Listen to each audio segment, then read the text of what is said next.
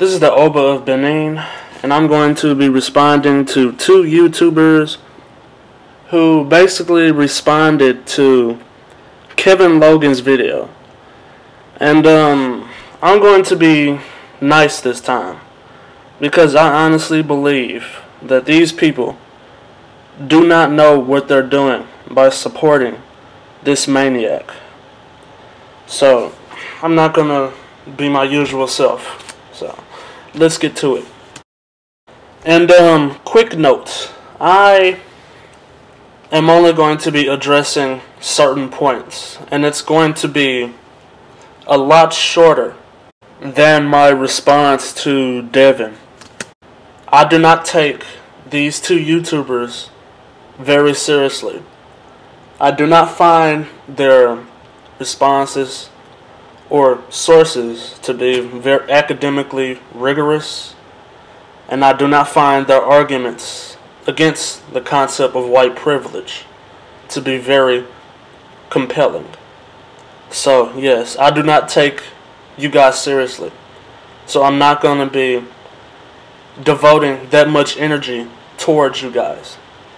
So okay, so the first person that I'm going to be responding to is a guy named Josh Edrington. I really hope I'm saying that right. If not, oh well. You basically started your video off by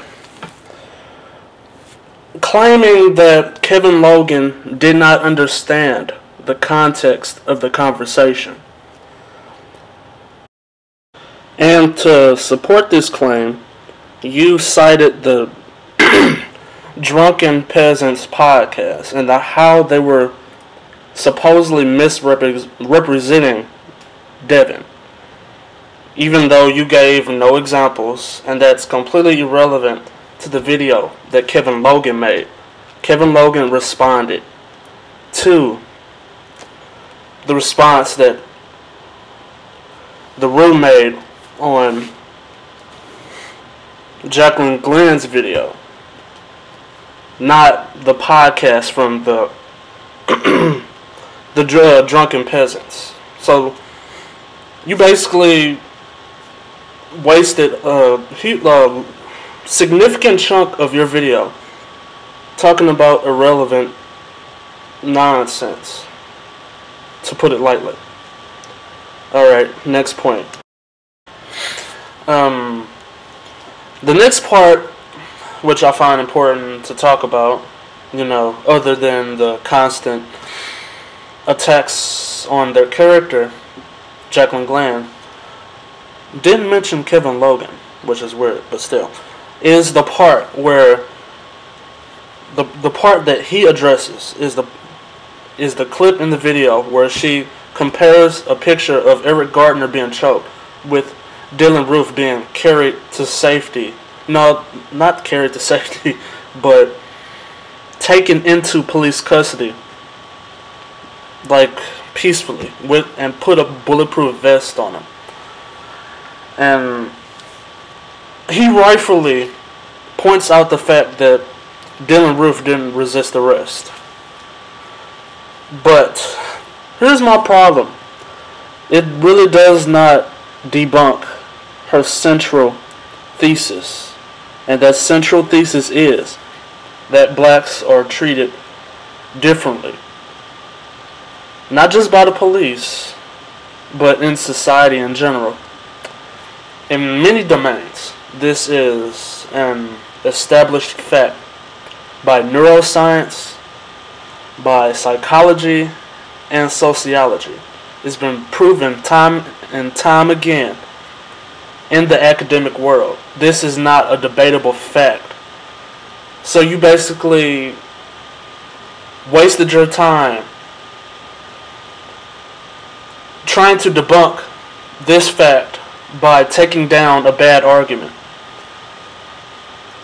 which is one of the reasons I'm not going to be making this video very long. So, next point. In the next important highlight, you made this very stupid point. social justice warriors who think that he should have been brutalized by the cops because black people are brutalized by the cops are completely missing the circumstances of Dylann Roof's arrest. I see that you've taken the common tactic of calling us social justice warriors, which says a lot about you. But anyway, nobody is arguing that Dylann Roof should have been brutalized by the cops. Okay, this point has been addressed already by Kevin Logan. And I find it very weird that you didn't show a clip of that at all, mention the fact that he did, and I also find it very weird that you will make this point even though it has been addressed already. The point that social justice warriors are trying to make, as you have stated already, is that blacks are treated differently in society. This is not a hard fact to grasp. This next point that I'm trying to make isn't really about a highlight, but something I found really, something that I found to be really dumb. You made a comparison between Dylann Roof and Michael Brown, which has nothing to do with the fucking conversation. That is why Brown died. Not because he was black, but because he assaulted an officer and resisted arrest. Even though it has nothing to do with the conversation, I'm going to add something to that point. Nobody is denying that the behavior of Michael Brown, which again was irrelevant, nobody's denying that Michael Brown's behavior had nothing to do with the circumstances of his death. But you are ignoring any influence that race could have had on Michael Brown's death and the proven effect of race on a societal level. These are the issues that we want to address. And these are the issues that you ignore or are ignorant of. In the next part of this video, you basically rationalized the treatment of blacks by citing crime statistics. And here is the thing on that. They do commit a lot of crimes, but that is not a justification for the views. And that is not a justification of the ways in which blacks are being treated. You have to treat groups, not groups, but people, on an individual basis. If I were to treat whites as a group, not treat whites as a group, but treat white individuals based on characteristics as a group, that is stereotyping. That is wrong. That is something that you will never accept if it was being done to you. Mutual respect. You want it, I want it, we should give it to each other. Now, blacks do commit a lot of crime. And you can argue that because they commit most of the crime, that being suspicious or fearing them more than any other group is rational. But that does not fit the scientific evidence. and I'm going to read a quick abstract proving this fact. I'm going to read from the abstract. The name of the paper is Strong Profiling is Not Mathematically Optimal for Discovering Rare Malfeasors. The use of profiling by ethnicity or nationality to trigger secondary security screenings is a controversial social and political issue. Overlooked is the question of whether such actuarial methods are in fact mathematically justified. Even under the most idealized assumptions of completely accurate prior probabilities and secondary screenings concentrate on the highest probability individuals, we show that strong profiling, defined as screening at least in proportion to prior probability, is no more efficient than uniform random sampling of the entire population, because resources are wasted on the repeated screening of higher probability but innocent individuals. A mathematically optimal strategy would be square root bias sampling. The geometric mean between strong profiling and uniform sampling, with secondary screenings distributed broadly, although not uniformly, over the population. Square root biased sampling is a general idea that can be applied whenever a bell ringer event must be found by sampling with replacement, but can be recognized either with certainty or with some probability when seen. Let's be clear on something. I do believe that the high index crime rate of blacks is an issue, and I believe that it should stop. But I don't understand your point in bringing up these statistics. It does not justify nor adequately explain the use of profiling, the police brutality, you know, that whole jazz. So, this high crime rate is not an excuse for the treatment. So, right now I am looking through the literature on this black crime problem to see if I can find a decent solution to the problem. But you aren't bringing up these statistics because you want to solve the problem. You are bringing this up to rationalize discrimination. I want to solve these issues. But that's not why you're bringing this up. You aren't going to solve the black crime problem by pointing your fucking finger. They are actually perpetuating racism. They are perpetuating racism against white people by saying we only treat them better because they are white. I don't know if people actually think this way, but obviously there's going to be socio-economic factors that help contribute to the disparity. Still, race does affect the way that we are treated. That's not stating this fact, which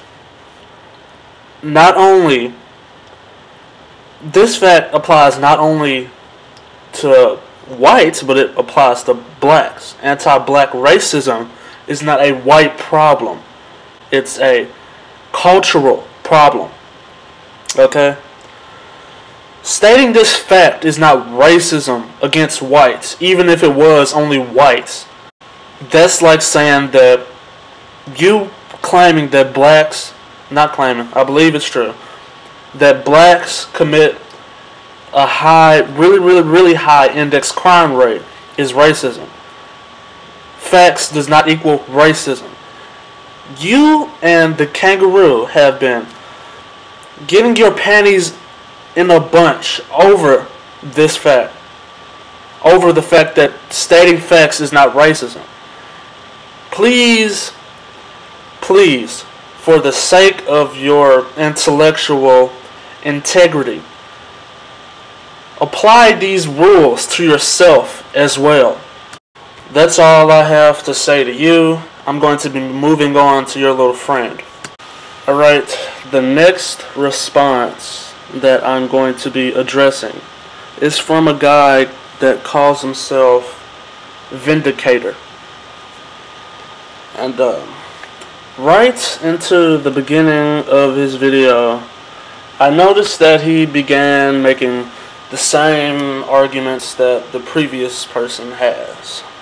So what I'm going to do is I'm going to be ignoring a lot of the stuff that he says in the video, just so it doesn't get too repetitive. So let's begin. He's going slightly further, Kevin Logan, because he refers to Atheism Unstoppable 4 as a white supremacist. There's no evidence for that. He provides no evidence in his video. He provides no evidence that Atheism Unstoppable 4 is a racist at all. It's just a slur. It's just character assassination, as we've come to expect from certain members of the atheist community. More from the social justice warrior side of things, the progressives or regressives, as I like to call them. While I agree that Kevin Logan did not give a lot of evidence for his claim about him being a white supremacist, the roos does exhibit a lot of characteristics that are typical of white supremacist groups, like blatant Islamophobia, sexism, which is apparent by the way that he portrayed Jacqueline Glenn in his videos, by his statements about raping people and wanting the way he objectified Jacqueline Glenn and some of the other people women that he's responded to. His blatant disregard for the suffering of minority groups. His denial of anti-minority discrimination. His bullshit about white guilt and his use of it to deflect any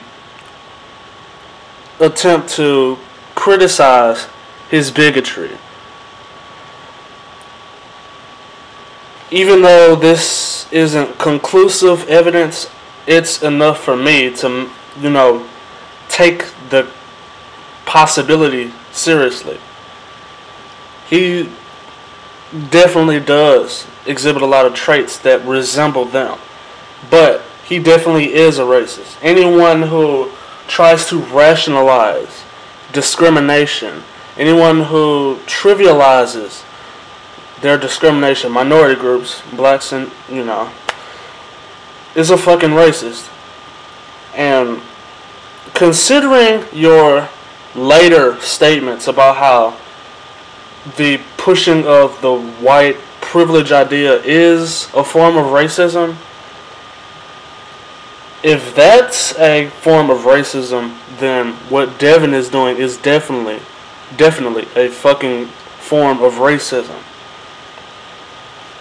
If you consider that racism, then you have to consider what Devin is doing as racism. You are exhibiting yet another double standard that the so-called social justice warriors are talking about. Yeah, so basically, Devin is a racist, and I fail to see how you AIU fanboys fail to see this. It is completely obvious, and you guys just fabricate some of the wildest, I wouldn't even say that, or the denial of his racism is so obvious, and it's pathetic.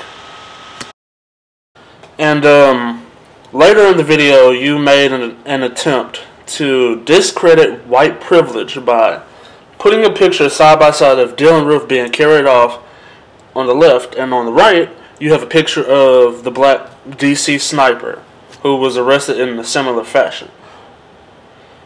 And, yeah, you're committing the same fallacy that, you know, Jacqueline and, yeah, that Jacqueline made, which is a spotlight fallacy. I could be using that wrong, but the basic idea is that you are using a couple of examples to try to disprove a general phenomenon. It could be used to prove or disprove white privilege, which is an issue, which is why this technique was doomed to fail in the first place, which is why I rely on empirical evidence to support the idea that blacks are discriminated against systematically. Yes, it is an epidemic that needs to be dealt with. As I've stated before, not stated, but I've written and put it on the screen, that my evidence is going to be linked down in the below bar. Please watch it so you know what I'm talking about. If that's not enough for you, I have plenty of other stuff that I can, cite for you. But it's a fact, whether you like it or not. So when you say, black people, they get treated more roughly than white people, it's horseshit and it's racist, because you're generalizing about an entire race of people. That's racism, my friend. And this is the kicker right here.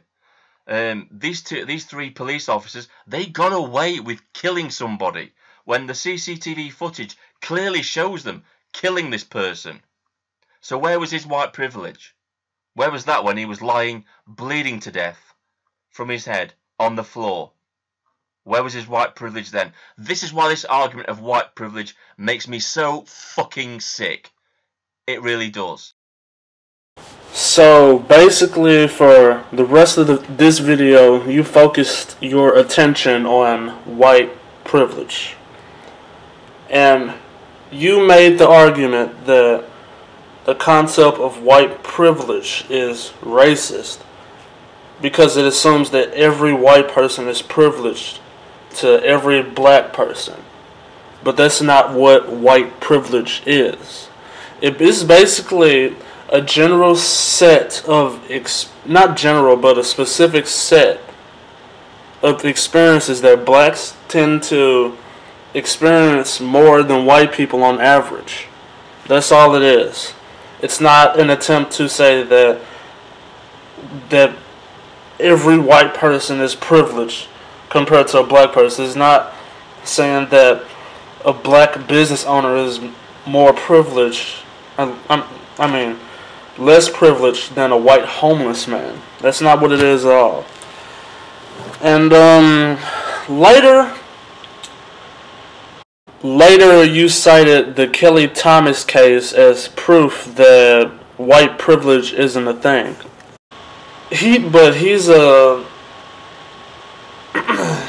That's again another example of the fallacy that I was talking about earlier, using specific examples to disprove general trends. And I personally do feel that the Kelly Thomas case is one of the most heartbreaking cases when it comes to police brutality. But you are using it in the wrong way. You are using it to deny the experiences of minorities when it but can and should be used to prove discrimination on the basis of class and to prove the militarization of the police, force. It's basically an example of class-based discrimination, not a example that disproves white privilege. So, yeah. So what can we get from this video? So Kevin Logan, he tries by dishonest means, as well as Jacqueline Glenn, they try by dishonest means to prove that there is this white privilege that white people have when being arrested by the police, which has been proven to be bullshit, because in order to say that a particular race has privilege because of their skin color, you have to prove that this is the case, that every single white fucking person on this planet has privilege based on their skin color. If you can't prove that, if you can't say that every single white person has privilege based on their skin color, then you can't say it. And actually saying that without proving it is fucking racist. It's as simple as that. It really is. This is Vindicator, signing off. Okay, let's examine that logic for a second. You are saying that in order for white privilege to be proven, you have to prove that every white person is in a privileged position to every black person. This is absurd. This is logic that you apply in very little to no other domains. Now, let's give an example. I'm going to use bluebirds. I can easily say that you can't prove that bluebirds have wings because you cannot examine or look at every bluebird. You see the problem here. I'm not sure if that's a fallacy, but it definitely should be, because that's insane. That's insane logic. Alright, that's all of the important points that I felt needed to be addressed, because otherwise it would have been tedious. So, I hope you guys have, if you look at this video, that you leave this video having learned something and have examined your views. So, that's it, and I hope you guys have a good day and grow as a person. And P.S. I will continue making videos on the atheist rule until I feel as if all of his major points have been addressed and debunked, because I feel that he is a dangerous individual. So, peace.